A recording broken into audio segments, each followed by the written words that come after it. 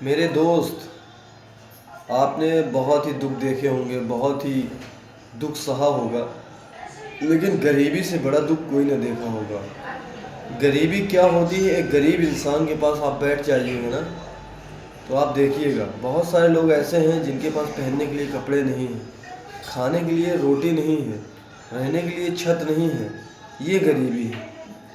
अगर किसी को छत मिल रही है, हाँ, मेरी लोगों से ये गुजारिश रहती है कि किसी गरीब का पैसा नहीं मारा जाए। जैसे बहुत सारे लोग सोसाइटी में ऐसे रहते हैं कि मजदूरी करवा लेते हैं और काम करवा लेते हैं, उनका पैसा मार देते हैं। तो उनको क्या, वो उतने पैसे से बहुत कुछ, क्या कुछ बना लेंगे? कुछ नहीं बना पाएंगे। लेकिन उनकी आदत, कुछ लोगों की आदत होती है। अगर आप सोचिए, अगर कोई आदमी आपके घर में 300 रुपये में, 200 रुपये में काम करने आ रहा है और 8 घंटे काम कर रहा है 200 रुपये में, तो क्या वो चाहता है कि मैं 200 रुपये में पूरा दिन किसी दूसरे के लिए काम करूं? नहीं, उसकी मजबूरियां, उसकी गरीबी करवा रही है। बहुत सारे लोगों को मैंने देखा है कि उनके पास बरसात में ऐसी हालत हो जाती है बेचारों की कि मतलब उनके पास रहने के लिए छत नहीं होती है, फिर भी वो गुजारा करते हैं। कैसे गुजारा करते हैं?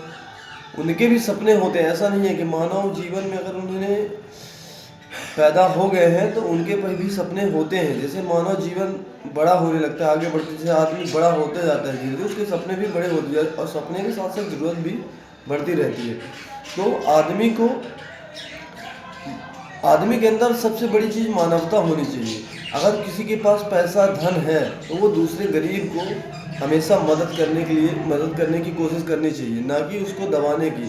क्योंकि गरीबी एक ऐसा अभिशाप है कि आदमी को ना तो जीने देती है चैन से, ना ही मरने देती है। जैसे कि अगर आप गरीब हैं तो अपने मरने के बाद आपको अच्छी चिता नहीं मिलेगी, आपको कफन तक नसीब नहीं होगा।